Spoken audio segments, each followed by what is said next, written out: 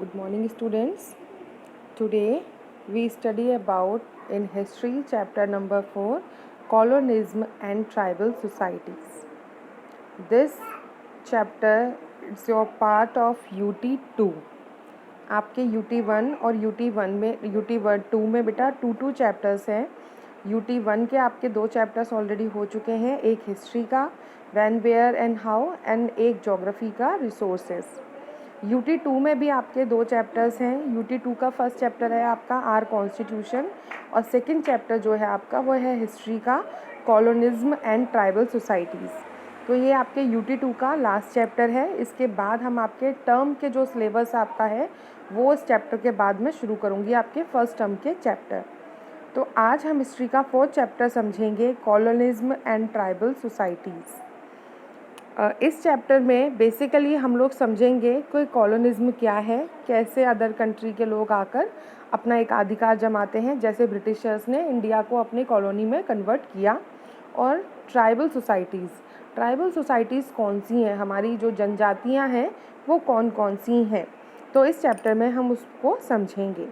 तो first topic है हमारा हु वर ट्राइबल्स. ट्राइबल्स हैं कौन. हम ट्राइबल्स नाम लेते हैं तो ट्राइबल्स लोग कौन है, कौन सी आदिवासी हैं जिनको हम ट्राइबल्स कहते हैं. ट्राइबल कम्युनिटीज़ और आदिवासी दोनों का मतलब एक है. ट्राइबल कम्युनिटीज़ कहें या आदिवासी कहें. सो ट्राइबल कम्युनिटीज़ और adivasis are some of the earliest inhabitant of the Indian subcontinent. जो आदिवासी लोग हैं ये बहुत पुराने समय से भारत के निवासी हैं जो भारत के अलग अलग क्षेत्रों में रहते हैं. They are mostly found concentrated in hilly और forested area. और मेनली ये हमें कौन सी जगह पर मिलते हैं, जो हिली रीजन्स हैं, जो पहाड़ी क्षेत्र हैं और जो जंगल के एरिया हैं, जो फॉरेस्ट कवर एरियाज़ हैं, वहाँ पर ये मिलते हैं. Tribal society is a primitive society. Tribal society को हम प्राचीन सभ्यता के नाम से भी जान सकते हैं. ये सोसाइटी कैसा है, इनका समाज कैसा है, primitive type of society. All tribes members are related by blood. साथ ही जितने भी ट्राइबल मेंबर्स होते हैं, जितना भी उनका एक हम कबीला कह सकते हैं, उनका परिवार कह सकते हैं, वो सब आपस में कहीं ना कहीं ब्लड रिलेशन में होते हैं. They have their own political organisation. साथ ही जैसे हम सब जो हमारी सरकार है, जो हमारे समाज है, उसमें रूल्स एंड रेगुलेशन है जो कॉन्स्टिट्यूशन ने बनाए हैं, उन सबको फॉलो करते हैं. लेकिन ये जिस सोसाइटी में रहते हैं, ये जिस समाज में रहते हैं, इनकी खुद की पॉलिटिकल ऑर्गेनाइजेशन होती है. Each tribe has its own religion. साथ ही हर जनजाति का, हर आदिवासी प्रजाति का अपना धर्म होता है. Religion, customs, culture and life style. उनकी सभ्यता अपनी होती है, उनके ट्रेडिशन अपने होते हैं, वो अपनी कस्टम्स को फॉलो करते हैं. तो एक अलग समाज में, हमारे समाज में रहकर भी अलग समाज में रहते हैं. However unlike the caste based society they believe in equality. जैसे हमारा जो समाज है, हमारे समाज में कास्ट बेस्ड है, जाति के आधार पर हमारे यहाँ वर्णों को डिवाइड किया गया है. लेकिन ये किस में विश्वास करते हैं, इनका विश्वास होता है इक्वलिटी में, कि सभी एक ही हैं, क्योंकि कहीं ना कहीं सब ब्लड रिलेशन में होते हैं. So they believe in equality and there are no caste division. इनके समाज में कोई भी कास्ट डिवीज़न नहीं होता.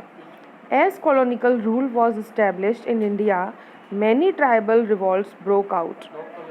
जैसे ही भारत में कॉलोनिकल रूल इस्टेब्लिश हुआ, कॉलोनिकल रूल बनने लगा, कई जगह जो ट्राइबल पीपल्स थे, जो आदिवासी लोग थे, जनजाति के लोग थे, उन्होंने क्या किया, विद्रोह शुरू किया.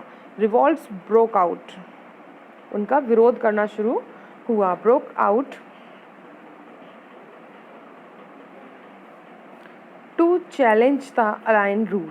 उनके द्वारा बनाए गए रूल, जैसे मैंने बताया कि समाज में रहकर भी वो समाज के रूल्स को फॉलो नहीं करते हैं. तो जब कॉलोनिकल रूल्स आए, उन्होंने अपने रूल सेटअप किए, तो उनका सिस्टम तो वही था कि अपने समाज में रहना. तो जिसके कारण उन्होंने कई बार ब्रोकआउट किया और रिवॉल्ट्स किए, विद्रोह किया. The tribal community offered resistant against the British rule and face some tragic consequences in the early years of colonisation. जो ट्राइबल कम्युनिटी थी, जो आदिवासी लोग थे, आदिवासी जनजाति लोग थे, उन्होंने ब्रिटिशर्स जो थे उनके खिलाफ कई बार विद्रोह किया, कई बार आंदोलन किया उनके बनाए गए रूल्स के खिलाफ, और कई बार उनके साथ ट्रेजिक कॉन्सिक्वेंसेस भी हुए, कई सारी बहुत दुखद घटनाएं भी घटित हुई। In the early years of colonisation, जब कॉलोनाइजेशन औपनिवेशिकवाद के शुरुआती समय की बात हम जब करते हैं, तो जब अंग्रेज़ आए, इन्होंने अपने रूल रेगुलेशन बनाए, आदिवासी जनजातियों ने, कबीले के लोगों ने विद्रोह किया, तो उनके खिलाफ अंग्रेज़ों ने बहुत ही अलग स्टेप्स उठाए, उनको सज़ा दी गई, उनको जेल में डाला गया, मार दिया गया, तो कई सारी ट्रेजिक घटनाएं उनके साथ में हुई। मीन्स ऑफ ट्राइबल लाइवलीहुड, अगर हम बात करें कि आदिवासी लोगों की लाइवलीहुड कैसी है, वो कैसे अपने जीवन को जीते हैं, उनके जीवन शैली कैसी है, तो वो हम इसमें समझते हैं। The economy of most tribes was substance oriented, अगर हम बात करें कि जो उनकी आर्थिक व्यवस्था है, कैसे उनका समाज चलता है, कैसे उनकी इकोनॉमिक कंडीशन है, तो मेनली कैसी होती है, सब्सटेंस। सब्सटेंस मतलब सिर्फ जीवन को चलाने के लिए, वो कोई बहुत ज़्यादा सेविंग्स नहीं करते हैं, इन्वेस्टमेंट नहीं करते हैं, फ्यूचर प्लानिंग नहीं करते हैं, बस अपनी लाइफ को जीने के लिए वो अपना इतना ही उन्हें चाहिए कि वो अपना खा लें, पी लें और अपनी लाइफ को सर्वाइव कर पाएँ। सब्सटेंस, जीवन निर्वाह करना। So they survive mainly on hunting, gathering and fishing, इसीलिए उनका जो जीवन के मेन काम है, उनके इकोनॉमिक एक्टिविटीज़ हैं, वो क्या है, हंटिंग, शिकार करना, गैदरिंग, चीज़ों को इकट्ठा करना, और fishing. Even those tribes which dependent on agriculture had to supplement their income with hunting and collecting forest products. Even कई सारी जनजातियाँ जो खेती करना शुरू कर दिया था, जो कृषि के काम में लगी हुई थी, वो भी अपनी इनकम को बढ़ाने के लिए, अपनी इनकम में सप्लीमेंट लाने के लिए, उसको इंक्रीज़ करने के लिए हंटिंग का सहारा लेती थी, और साथ ही जंगलों से सामान को एकत्र करना और उनको सेल आउट करना, जड़ी बूटियों को बेचना, जंगली जीव जानवरों के हाथी दांत को सेल आउट करना, तो इन सब चीज़ों को भी वो साथ में करते हैं ताकि उनकी जो थोड़ी सी इनकम है वो बढ़ जाए। Different tribes had different means of livelihood, साथ ही अलग अलग जनजातियों का जो जीवन शैली है वो भी अलग अलग होती है। अब हम बात करते हैं hunters and gathers. Hunter gathers कौन से हैं, शिकारी और जंगलों से चीज़ों को इकट्ठा करना। Many tribes dependent on forest resources for their survival, बहुत सारी जातियाँ, जनजातियाँ किसके ऊपर निर्भर करती हैं, जंगलों के ऊपर निर्भर रहती हैं अपने जीवन को जीने के लिए। The Khonds of Orissa and Baigas of central India were hunters and gatherers. Orissa की खोंड्स जनजाति और सेंट्रल इंडिया की, मध्य भारत की बेगास जो जनजाति है, ये कैसे हैं, हंटर और गैदरर हैं। आदि मानव क्या करता था, शिकार करता था, जंगल से फलों को, सब्जियों को, जड़ी बूटियों को, इन सब को खाता था, पेड़ की छाल को पहनता था, तो उसकी जो जीवन था वो किसके ऊपर निर्भर था, जंगलों के ऊपर। ऐसे आदि मानवों को, ऐसी जनजातियों को क्या कहा गया, हंटर गैदरर। तो जो खोंड्स हैं, बेगाज हैं, वो इसी लाइफ स्टाइल को फॉलो करते हैं। They lived by hunting wild animals, fishing and gathering wild plants foods. They share the meat for of the hunt among their community. ये लोग जंगलों में शिकार करते हैं जंगली जानवरों का, फिशिंग करते हैं, मछली पकड़ते हैं, साथ ही जंगली जड़ी बूटियों को, पौधों को, खाने के सामग्रियों को इकट्ठा करते हैं और अपनी लाइफ को जीते हैं। साथ ही जो शिकार करके जो मीट वो लेकर आते हैं उसको अपनी कम्युनिटी में, अपने कबीले मेनली इनको बोला जाता है, कबीलों में वो उसको शेयर करके खाते हैं। They collected forest product like Honey, साथ ही जंगलों से कई सारी चीज़ों को कलेक्ट करते हैं, जैसे हनी हो गया, fruits, nuts, firewood and medicinal herbs, जिसने मैंने जड़ी बूटी कहा। इन सब चीज़ों को वो क्या करते हैं, एकत्रित करते हैं और लोकल मार्केट में जाकर इनको सेल कर कर अपने लिए पैसा कमाते हैं। So their daily needs, they even extracted oil from साल एंड महुआ ट्रीज, साथ ही ये साल और महुआ के जो पेड़ होते हैं उनसे तेल भी निकालते हैं और उसको भी सेल करते हैं। They sold these product in the local market. They also made ropes and baskets and sold them for their things that they required. साथ ही ये रस्सियाँ बनाते हैं और बास्केट बनाते हैं, जूट की बास्केट बनाते हैं और भी अलग अलग चटाइयाँ बनाते हैं, और उनको क्या करते हैं, जो नियर बाई मार्केट होता है वहाँ जाकर सेल कर देते हैं और उनको जो चीज़ें चाहिए होती हैं उसके बदले ले लेते हैं। They lived in tiny temporary huts made out of the material available in the forest. ये छोटी और टेम्परेरी झोंपड़ियाँ बनाते हैं। ये कहीं भी परमानेंट सेटल नहीं होते हैं। जहाँ इनको लगता है कि चीज़ें अवेलेबल हैं, सारी चीज़ें उनको मिल रही हैं, वहाँ पर ये रहते हैं, कुछ समय रहते हैं, कुछ महीने, कुछ साल, और उसके बाद फिर आगे अपना जो डेरा है वो डाल देते हैं। So they lived in tiny temporary huts made out of material available in the forest. जंगल में जो भी मटीरियल मिलता है उससे ये अपनी झोंपड़ियाँ बनाते हैं। The forest was their home, जंगल ही इनके घर हैं। And they felt secure in the forest, और जंगल में ये अपने आप को सुरक्षित महसूस करते हैं। Moreover they did not take more than their requirement from the forest, साथ ही ये जंगलों से इनको जितनी ज़रूरत होती है सिर्फ उतना ही लेते हैं, फालतू में लालच में आकर जंगलों को बर्बाद नहीं करते हैं। They got supply of food grains by bartering forest produce, साथ ही इनको फूड ग्रेन्स जो अनाज है वो बदले में लेते हैं। बार्टरिंग सिस्टम, बार्टर सिस्टम क्या होता है? जब हम चीज़ के बदले में चीज़ लेते हैं, मनी को यूज़ ना करके हम एक चीज़ देते हैं और उसके बदले में दूसरी चीज़ को खरीद लेते हैं। तो बार्टरिंग सिस्टम के थ्रू ये जंगल से लाए हुए सामान को सेल करते हैं और उसके बदले में अनाज ले लेते हैं। Sometimes when there was scarcity of forest products, they even worked as laborers in the nearby villages. कई बार जंगलों से सामान अगर ये नहीं लाते हैं या नहीं ला पाते हैं तो ये आसपास के गांव में लेबर का काम कर कर अपने जीवन को चलाते हैं। They even worked in fields or carried loads. कई बार ये खेतों में काम करते हैं, मज़दूरों का काम करते हैं, और कई बार बोझा उठाकर अपने जीवन को चलाने के लिए पैसा इकट्ठा करते हैं। They bought their necessities from whatever money they earn, और अपने जीवन को चलाने के लिए जो भी ज़रूरत का सामान होता है ये जो भी पैसा कमाते हैं उससे खरीदते हैं। Sometimes the tribal had to borrow money from money lenders, कई बार परिस्थितियाँ सही नहीं होती हैं तो ये पैसे को जो मनी लेंडर्स हैं, जो ज़मींदार हैं, उनसे भी कर्ज़े के रूप में पैसे को लेते हैं। The money lenders charged very high rates of interest. The tribal often found themselves in a never-ending cycle of debt.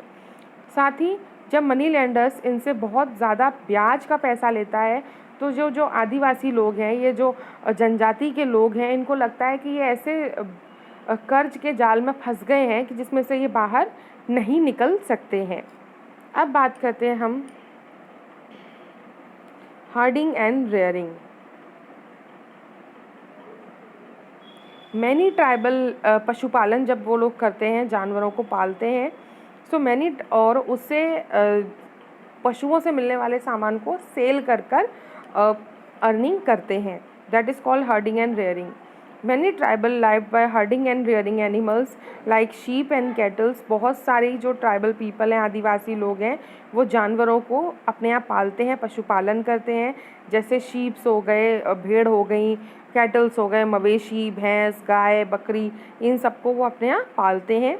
They were pastoralist and moved about in search of pasture lands, और ये उन जानवरों को चराने के लिए, इनको चरवाह भी कहा जाता है। चरवाह मतलब पेस्ट्रोलिस्ट, इसका मतलब है चरवाह। इनको चरवाह भी कहा जाता है। तो ये पशुओं के चारे की तलाश में ज़मीन को ढूंढते रहते हैं, और जहाँ पर इनको चारागाह मिल जाते हैं वहाँ ये बस जाते हैं। फिर जब वो चारागाह ख़त्म हो जाते हैं तो नए चारागाह की तलाश में आगे बढ़ जाते हैं। दे exchange animal products like milk, butter and wool for other things that they required. साथ ही जानवरों से मिलने वाला दूध, मक्खन, ऊन और भी अलग चीज़ें हैं, उनको ये सेल करते हैं और उनके बदले में जो चीज़ें इनको चाहिए होती हैं वो ले लेते हैं। और हर्डिंग और रेयरिंग करने वाले कौन कौन सी जनजातियां हैं, कौन सी जातियां हैं? एक है गादीज़ ऑफ हिमाचल प्रदेश और बकरवाल ऑफ कश्मीर। गादीज़, हिमाचल प्रदेश के जो गादीज़ हैं वो इस तरह का पशुपालन करते हैं, और कश्मीर में बकरवाल जाति के लोग।